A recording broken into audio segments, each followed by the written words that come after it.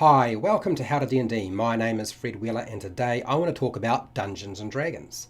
And as it happens, we're going to talk about meeting Strahd multiple times in the Curse of Strahd. Yes, you want to know how to do that? You want to know what you should try and do or how you could go about doing that?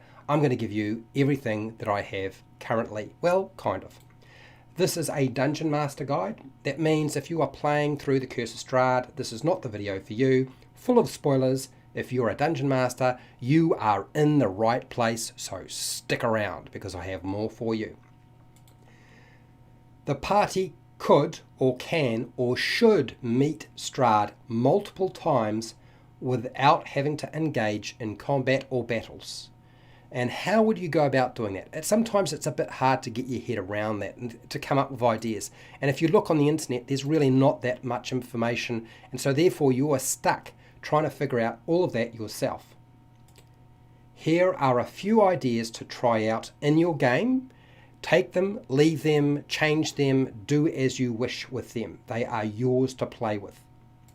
Number 1. Strahd is on the road and he's travelling from one location to another using his black carriage, and he's going to stop and offer the player's characters a ride. Now I've already talked about that in another video, which is the black carriage, which I made a video specifically on that topic. That's a way they can meet Strahd.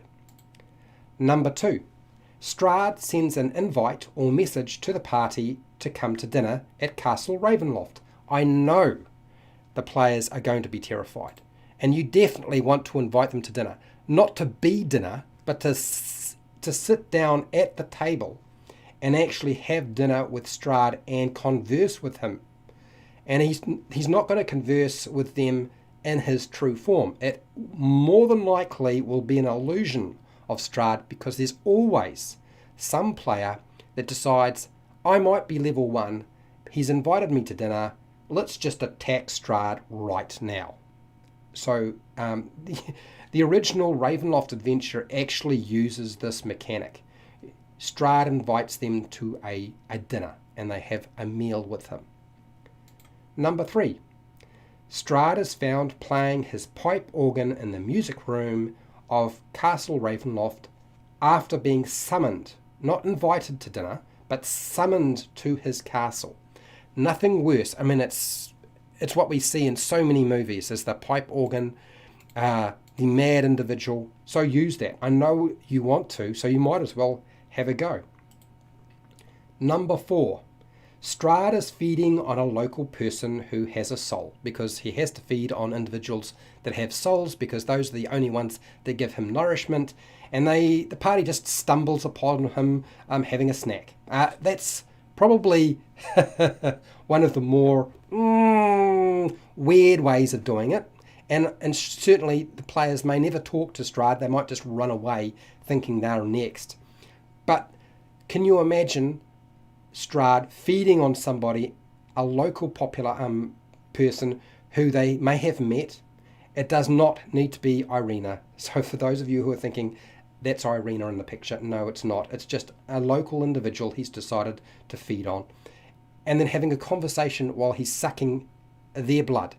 Whether it be a man or a woman, it does not matter. So that's another way of introducing Strahd to your party. Number 5, Strahd is openly watching the characters from a hill in the distance. He never actually talks to them, he just looks at them and watches what they're doing.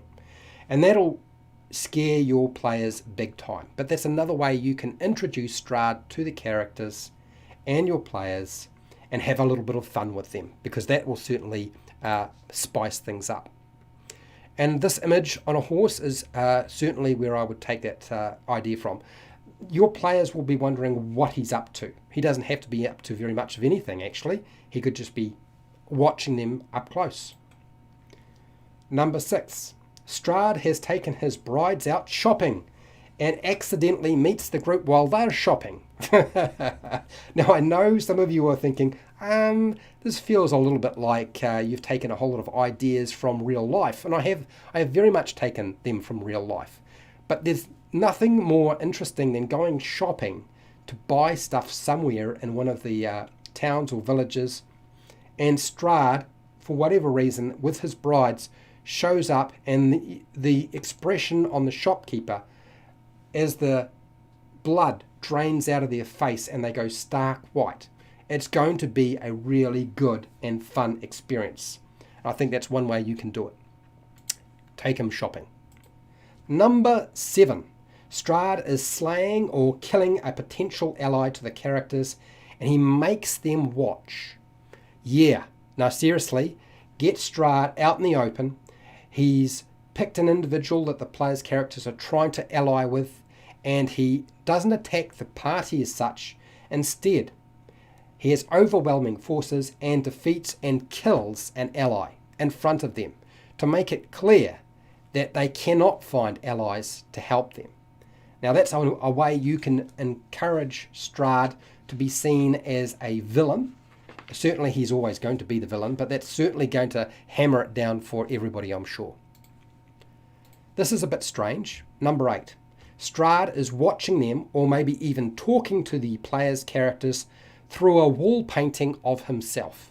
Now, literally there's a painting on the wall of this particular individual, which just happens to be Strahd, and he can actually watch them and look at them. That'll put them off big time.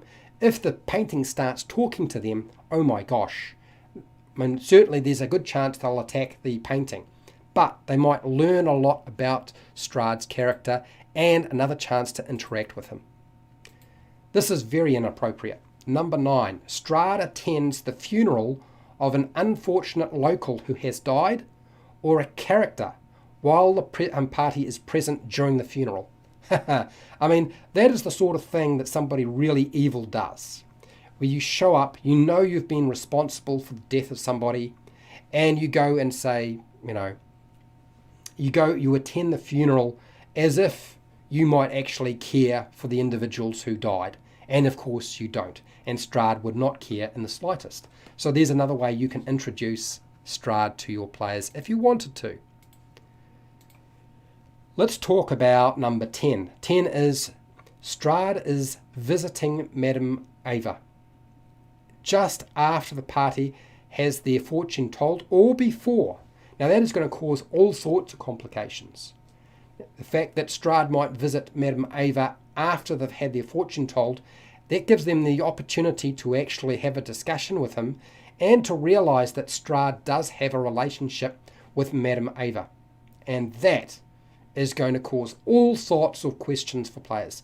Can they trust this fortune teller?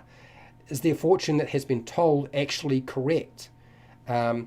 Or is Madame Ava afraid of Strahd as well? So my players really struggled with the fortune teller Madame Ava as it was, without having Strahd show up. So I'm imagining that this is going to be very, very interesting. The last one, number 11. The characters could just go and visit Strahd in his castle. And it doesn't have to be a battle. He can just show up, knock on the door, and have a conversation. Now, I can assure you that players will want to do this at some point. And it doesn't have to be to show up to attack Strahd. It can be simply to talk to him and try and resolve the issue in an amicable way. Maybe they can change the way that Strahd interacts with the people of Barovia. Of course, that's going to fall on deaf ears, but you can certainly open up that dialogue if you wanted to. Now, I know this all sounds a little odd, but trust me, these are things you take or leave. Some will work for you, some won't. Now, if you found this video helpful, fantastic. I have hundreds of videos for players and dungeon masters, but I have a specific playlist of videos for dungeon masters on how to run the Curse of Strahd, and you're welcome to go and check those out. If you want to support the channel, you can do that through Patreon, my Amazon affiliate links down in the description, my merchandise shelf underneath all of my videos, or just watch my videos. Make sure to share, like, and subscribe. Hit the bell button to be notified when I go live and when I publish new videos. And hey, till next time, keep rolling those 20s.